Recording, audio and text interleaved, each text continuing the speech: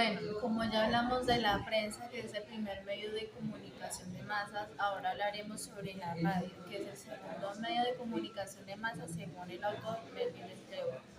La radio es un medio de comunicación que transmite mensajes, mensajes a grandes audiencias mediante ondas electromagnéticas.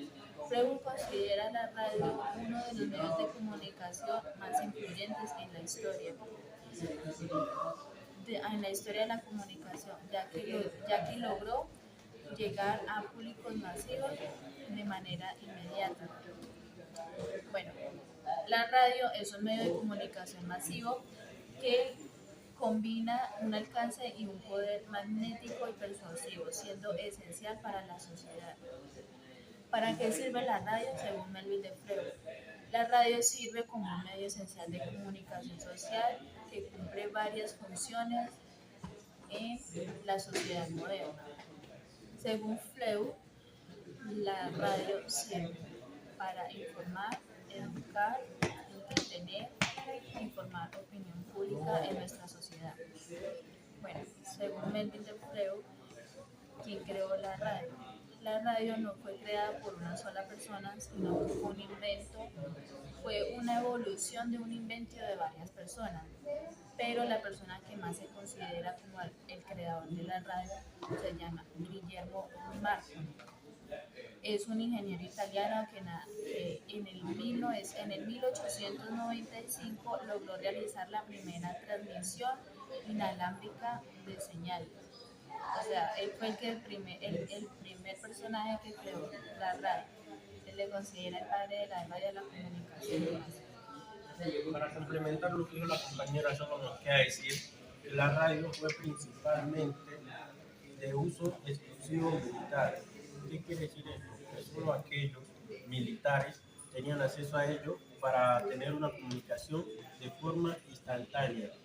Ya después, con la diversificación de esta, la población pudo tener acceso a ella, permitiendo así establecerse en diferentes partes del mundo. Uno de los hechos transmitidos radialmente más famosos fue transmitido por el señor David, quien transmitió la inundación de Titanic durante 3 días y 3 noches. La radio tuvo como su edad de oro su máximo esplendor entre los años 1930 y 1940. Eh, También tuvimos un suceso que marca la historia de la radio. Fue transmitido por el señor Orson Welles, quien transmitió sobre la llegada de aliens. Este no era una realidad, era como un libro el cual él estaba leyendo. Y muchas personas, al no tener capacidad para entender este mensaje, se creyó esto, formando así un caos en distintas partes de la ciudad. Eh, La radio llegó a Colombia en la década de 1920, poco después de que naciera en el mundo. En el año de 1929 fue cuando se llegó a Colombia realmente el 5 de septiembre. La radio llegó a Colombia por la tierra de Miguel Abadía Méndez.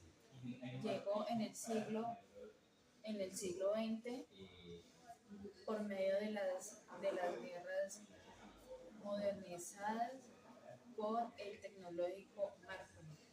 En la época dorada, la radio se volvió muy popular en los canales de Caracol Radio y RCN. Bueno, como ya lo venía hablando, en la época dorada, la radio se le considera la radio de oro colombiana. Sí, la radio se volvió en uno de los principales medios de comunicación más importantes de Colombia, ya que, como les dije, ya que de ahí se creó los canales de Radio Caracol y RCN. Vamos a hablar sobre los géneros, formatos y formas constitutivas de la radio. Entre los géneros de la radio encontramos el género periodístico, el dramático, el de opinión, el de entretenimiento y el musical. Entre los formatos tenemos el formato informativo, tenemos el formato musical, de opinión, de ficción, entre otros. Las formas constitutivas varían según la escritura, también varían según la forma de interpretar, teniendo en cuenta también su duración y entre otros usos.